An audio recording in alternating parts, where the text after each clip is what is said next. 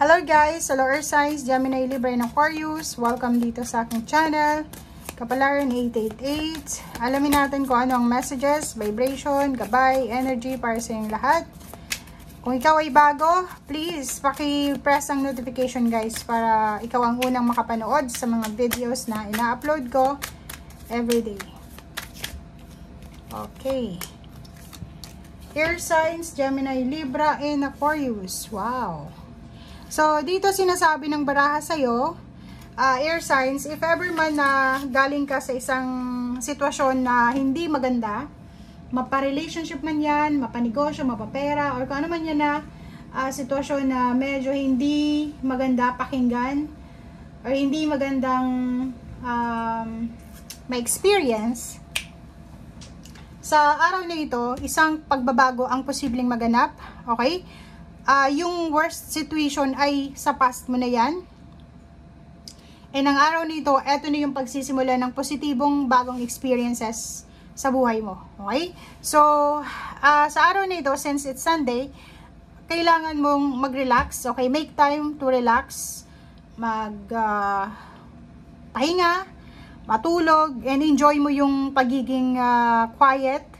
And hayaan mo yung araw na ito na lumipas na wala kang ginagawa. Parang yun yung sinasabi ng baraha. Yung iba din sa inyo dito is, if ever may mga kaaway kayong magulang, lalo na nanay, kailangan yung ayusin yung away na to. Dahil sinasabi ng baraha na yung manifestation natin ay mas nagiging mas mabilis once na wala tayong anong tawag dito? Wala tayong atraso sa ating magulang, especially sa ating nanay. Okay? Kasi malaking parte ng buhay natin ng ating magulang and ating nanay, 'di ba? May mga anak na minamalas dahil hindi nila tinatrato ng mabuti or hindi nila nirerespeto yung magulang. Okay? Kahit trabaho sila ng trabaho, walang nangyayari. Kasi ganun talaga eh. Ang ating magulang ay wala tayo dito sa mundo kung wala sila, 'di ba? Ang magulang natin, tulad ng asawa, regalo yan sa atin ng ating Panginoon. Mapasabihin pa nating masama sila or ganito ganyan, pero siya ay regalo. Hindi yan ibibigay sa atin kung hindi yan makakatulong sa atin. Or hindi yan para sa atin, 'di ba? Okay, air sign. So, meron ditong good news or pwedeng balita.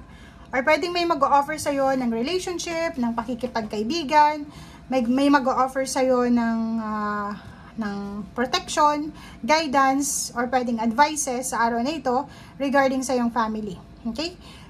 Nakikita ko sa'yo dito na meron ditong impress. Ang impress na to, mother healing din to. So, it's a double confirmation. If, for example, may kasamaan kang loob, or hindi kayo nag-uusap ng iyong magulang, may mga grudges, resentment ka, nako, pakawalan mo na yan. Kasi sinasabi ng baraha sa'yo dito na minamalas nga yung mga anak or yung mga taong hindi nare-respeto yung magulang, lalo na yung babae, yung nanay.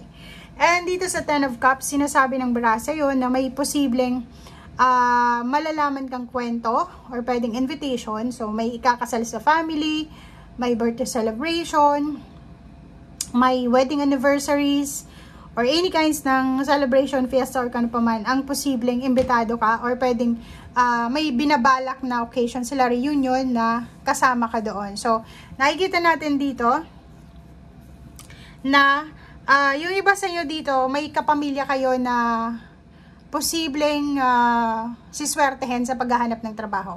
If ever man for example, may kapatid ka, may pamangkin, apo na ang tagal ng panahon hindi siya nakahanap ng trabaho, pwedeng sa araw na ito, good news yung matanggap mo na, wow, at last, nakakuha na siya ng trabaho. Okay, thank you. Oh, 'di ba?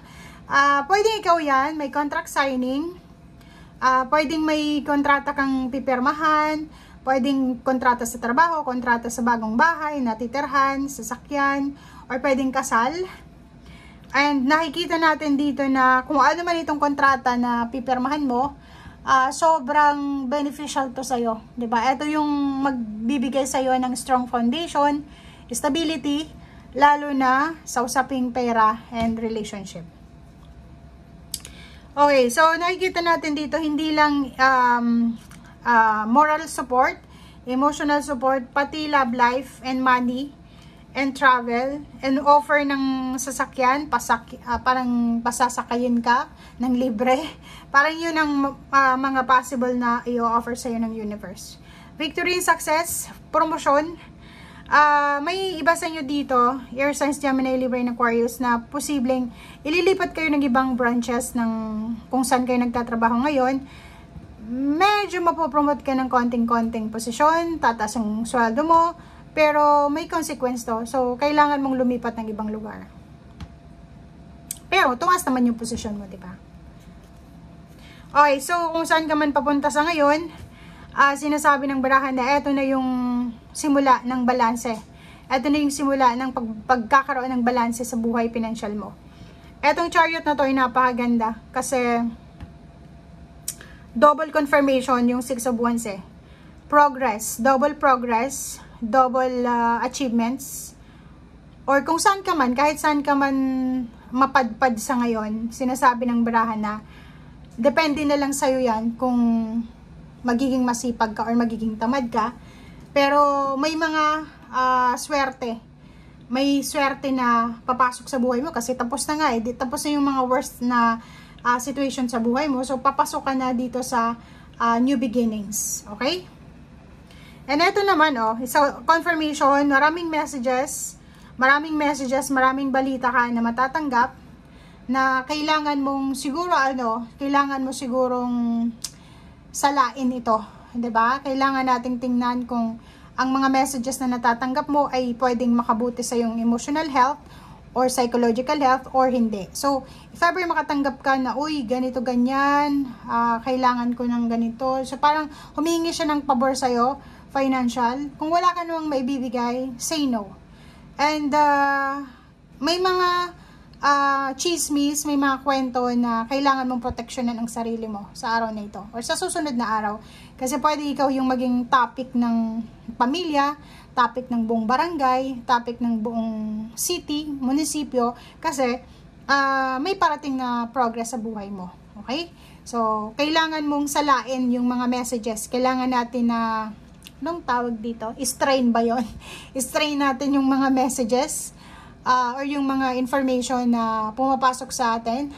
Kasi minsan yung iba dahil lang sa inggit, puro paninira yung dala sa inyo, puro chismis, puro negative. So, kailangan mo salain kasi kailangan mo mag-relax eh. Relax lang. Enjoy mo kung ano tong new experience na to na parating sa buhay mo, victory and success, travel, relocation, sasakyan, mga occasion sa family.